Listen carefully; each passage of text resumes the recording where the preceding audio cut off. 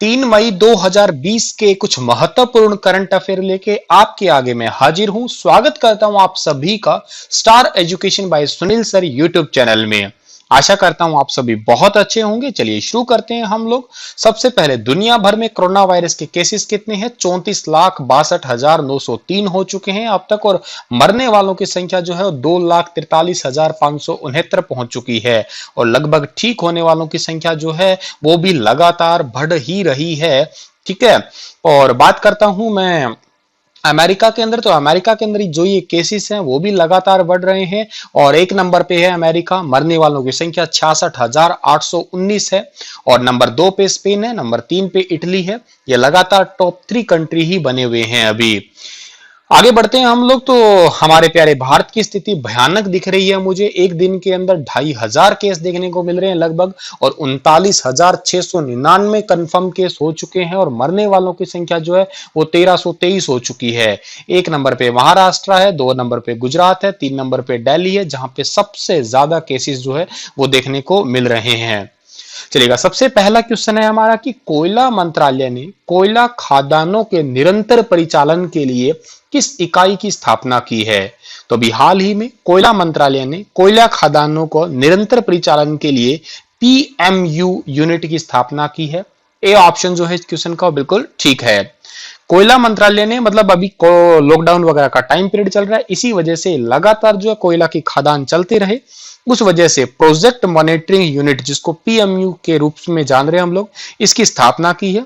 और इस यूनिट की स्थापना का एक मेन टारगेट भी यही है कि जितने भी ज्यादा जो आपके कोयला के प्रोजेक्ट्स हैं उनको जल्दी से जल्दी जो है वो शुरू करवाया जाए। वर्तमान में केंद्रीय कोयला मंत्री का नाम है प्रहलाद जोशी, तो आप ये याद रख लीजिएगा। अगला हमारा सवाल है कि एनसीएसटीसी और डीएसटी ने कोविड-19 से निपटने के लिए कौन सा कार्यक्रम शुरू किया है? तो अभी हाल ही में एनसीएसटीसी और डीएसटी ने कोविड-19 से निपटने के लिए यस नामक प्रोग्राम जो है वो शुरू किया है। बी ऑप्शन जो है वो बिल्कुल ठीक है।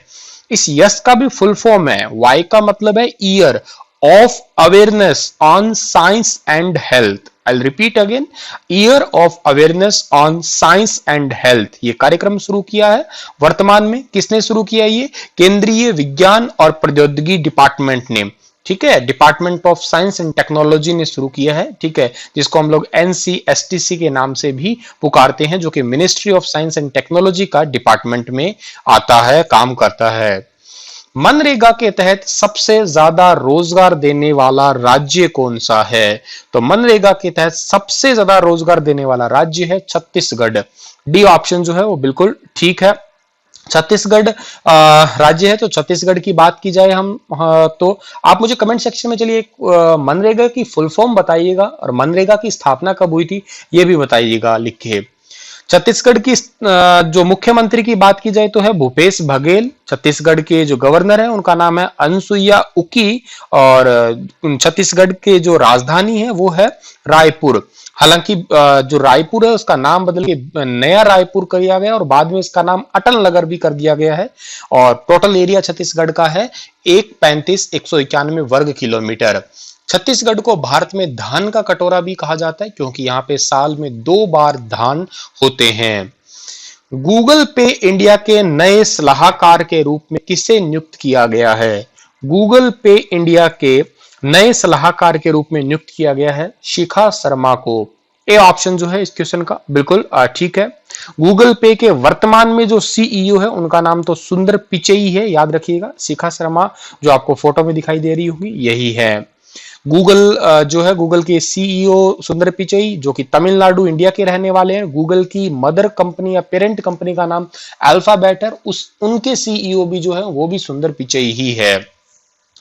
2020 का निक्केई एशियाई पुरस्कार किसे दिया जाएगा? 2020 का निक्केई एशिया पुरस्कार दिया जाएगा थिलीप प्रदीप को।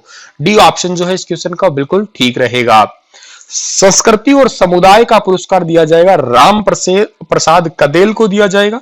निक्केई एशियाई जो है इसका हेडक्वार्टर टोक्यो जापान में है, और इसका स्थापना 2 दिसंबर 1876 को की गई थी।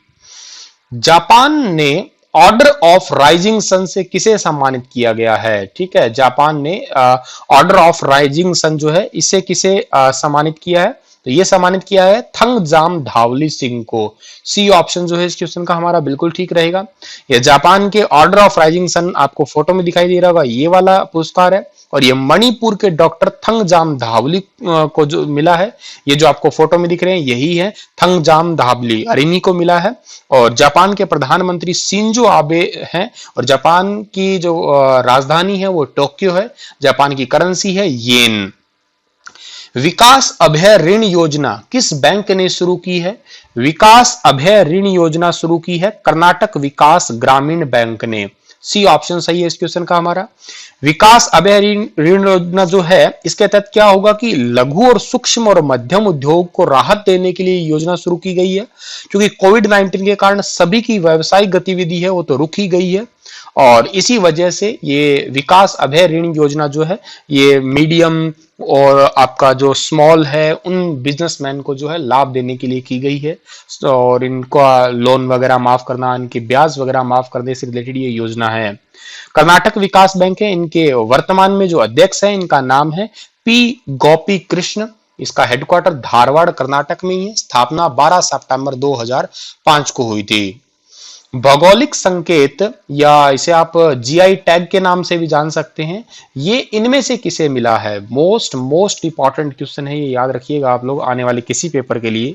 जीआई टैग जो है अभी हाल ही में मिला है मणिपुर के काले चावल और गोरखपुर के टेरकोटा को, इन दोनों को ही मिला है। सी ऑप्शन सही है इस क्वेश्चन का हमारा। देखिएगा वैसे 3 चीजों को मिला है ये, ठीक है। एक तो मिला है कोवलपट्टी तमिलनाडु की एक कादलाई मिठाई को, एक गोरखपुर के टेरकोटा को और एक मणिपुर के काले चावल को, ठीक है। ये आपको फोटो में दिख रहे होंगे, मणिपुर के काले चावल, गोरखपुर का टेरकोटा, ये एक खास प्रकार की कला है, ठीक है। और ये जो है ये एक मिठाई है। अच्छा, बेसिकली जीआई टैग क्या होता है? देखिएगा, ज्योग्राफिकल इंडेक्स होता है किसी खास जगह को पहचान देने के लिए। अब एग्जांपल से बात करता हूं, ये मणिपुर के काले चावल है, ये इनको जीआई टैग मिल गया तो अब पूरे भारत में और कोई इन्हें नहीं उगा सकता है, और मणिपुर का टैग लगा के कोई और नहीं बेच सकता। ये केवल पूरे भारत में मणिपुर राज्य में ही जो है वो बेचे जा सकते हैं। तो इसका मतलब होता है जीआई टैग का, ज्योग्राफिकल इंडेक्स का। ये काफी सारी लंबी लिस्ट है, मैं एक दिन आपको इस पर डिटेल वीडियो बना के बताऊंगा कि किन किन चीजों को अब तक जीआई टैग मिल चुका है।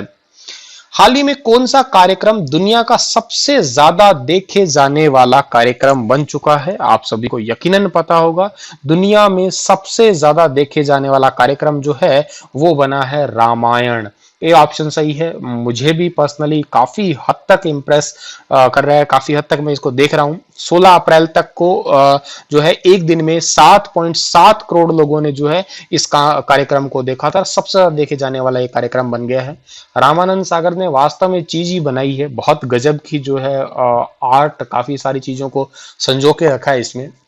न्यूजीलैंड क्रिकेट टीम के किस खिलाड़ी को सर्वश्रेष्ठ वनडे क्रिकेटर चुना गया है? तो न्यूजीलैंड क्रिकेट टीम के केन विलियम्स को जो है वो सर्वश्रेष्ठ वनडे क्रिकेटर चुना गया है, जो कि आपको फोटो में दिखाई दे रहे हैं, यही है केन विलियम्स। न्यूजीलैंड को मैप में देखिएगा, न्यूजीलैंड के जो आपकी कैपिटल है वो है वेलिंगटन, और प्रधानमंत्री का नाम है जैकिंडा अर्डन। एडीबी ने कोरोना से लड़ने के लिए भारत को कितने करोड़ रुपए के ऋण देने की मंजूरी दे दी है? तो एडीबी ने कोरोना से लड़ने के लिए भारत को 11,370 करोड़ रुपए ऋण देने की जो है वो मंजूरी दी है। अभी कल ही के दिन की बात करें तो 23 करोड़ अमेरिका ने भी दिए हैं। एडीबी की बात की जाए तो एडीबी का फुल फॉर्म है एशियन डेवलपमेंट बैंक। एडीबी का हेडक्वार्टर मांडलुयांग मनीला फिलीपींस में है। प्रेसिडेंट का नाम मात्सुगु असाकावा है, और मेंबरशिप 68 कंट्रीज की है, और स्थापना 19 दिसंबर 1966 को हुई थी।